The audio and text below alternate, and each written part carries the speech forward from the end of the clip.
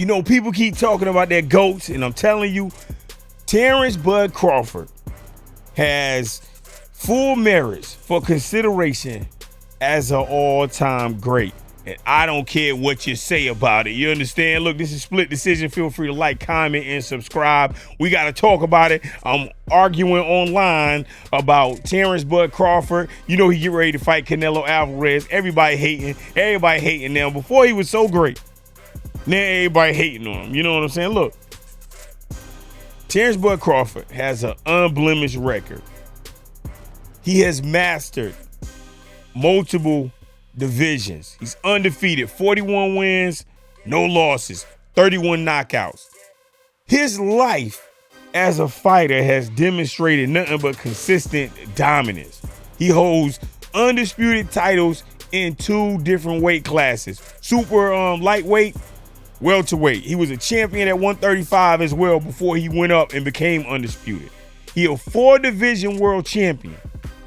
He is unlike any other fighter that you have ever seen in your fucking life. Do you understand me? He is uniquely qualified to be called greatness. He has uniquely achieved undisputed greatness twice in boxing during this 4-belt era. Now, I'm saying that, and that sounds like it's easy. That is not easy. It is very, very difficult.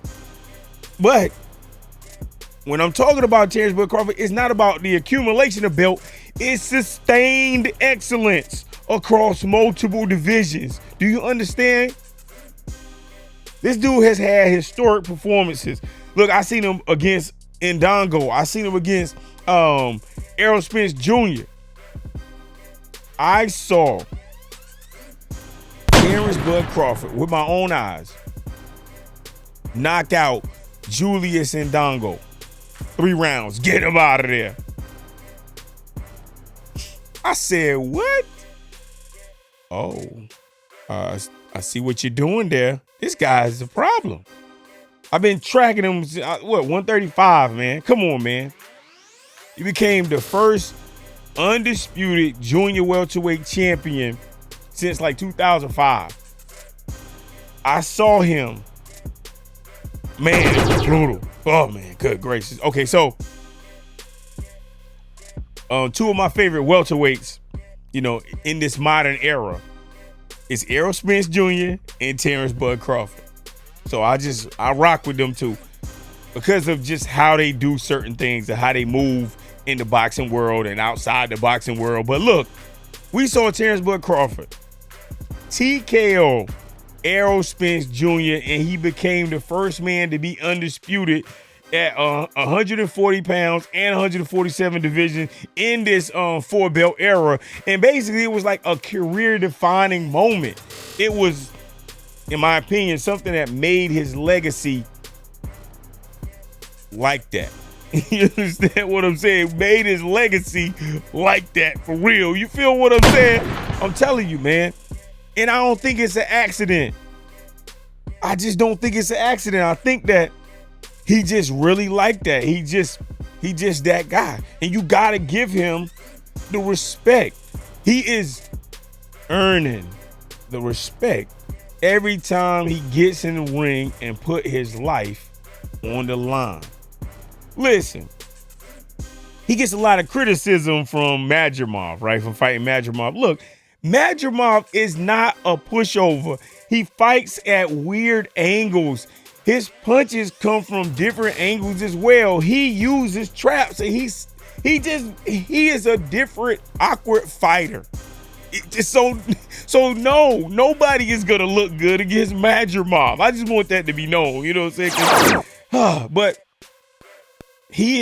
Terrence Bud Crawford has shown the world that he has the ability to adapt. He has a great technical ability, not just him being a switch hitter, you know what I'm saying?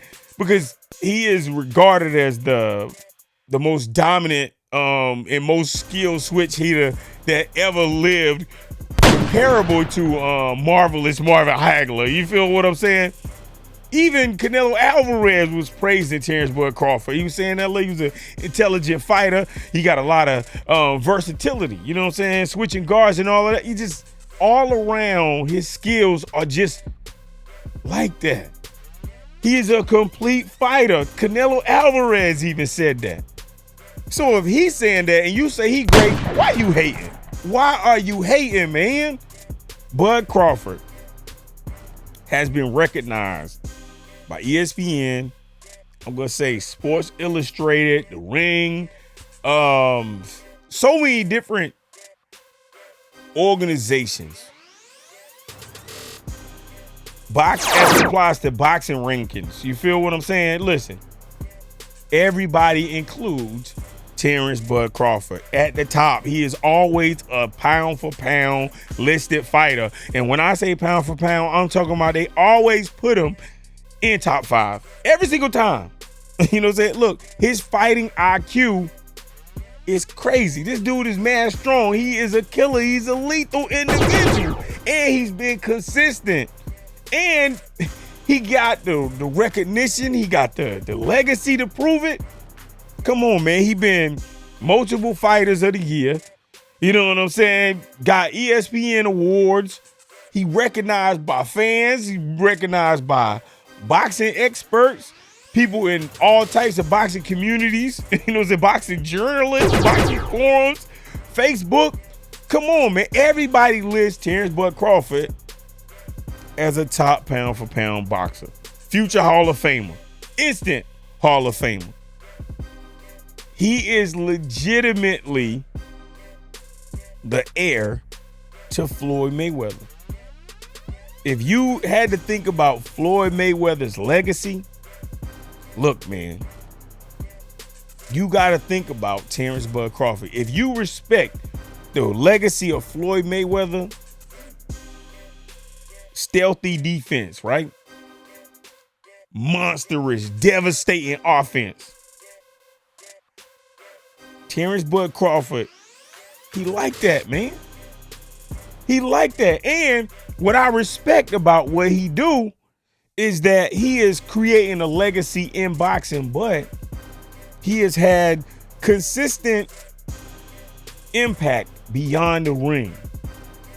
You feel what I'm saying? With his boxing organization and just being a family man and just really trying to look out for his family and just not really just being crazy. You know what I'm saying? Look, this dude, his stamina is unmatched, power unmatched, switch hitting, finesse unmatched, technical skill unmatched, all-time great. My opinion, of course. Of course, you know I like Muhammad Ali, I like Floyd Mayweather, I like Marvin Hagler. Look, man, legends fight for legacy. Terrence Crawford is a legend, and his legacy is intact. So I'm saying all that to say, I believe that he has a strong possibility of defeating Canelo Alvarez. They asked him on an interview if he felt like he was going to win, and he said he give himself a 70% chance of winning.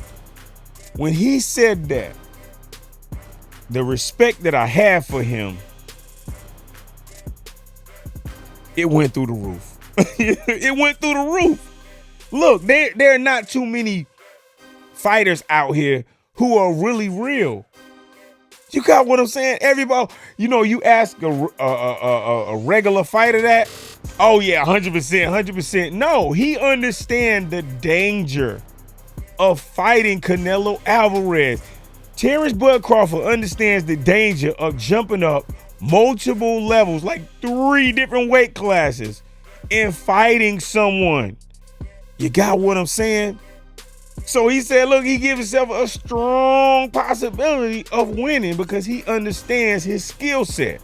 But he also respects the other individual's skill set. How you hate that? That's epic right there. You know what I'm saying? Look, for me, that seals the deal for him being a pound for pound king, a person that I'm always going to talk about when I get super old. You know what I'm saying? Because He did what you're supposed to do. He built a legacy of fighting difficult fights, fighting everybody that he could fight. Instant Hall of Famer. And if historians rank greatness by dominance, adaptability, technique, and fighting the best, then Terrence Bud Crawford, he checked every single box that you could create. Even if you create another box, he'll check that because he's a motherfucking dog. Come on, man. So it don't matter what happens. To me, he's goated. Goated. Multiple undisputed belts. Perfect record. 2 eras of dominance. People so cool with him. You feel what I'm saying? Come on, man. We have seen his evolution as a fighter. We saw him fight southpaw. We saw him fight orthodox. We see him switch hit. We see the power. We see the precision. We see the accuracy. We see them make Benavidez do the roll in the ring. Do the ring roll. You know what I'm saying? Look, come on, man. Come on, man. He like that. You got what I'm saying? All-time great. It is permanently etched into the history of boxing.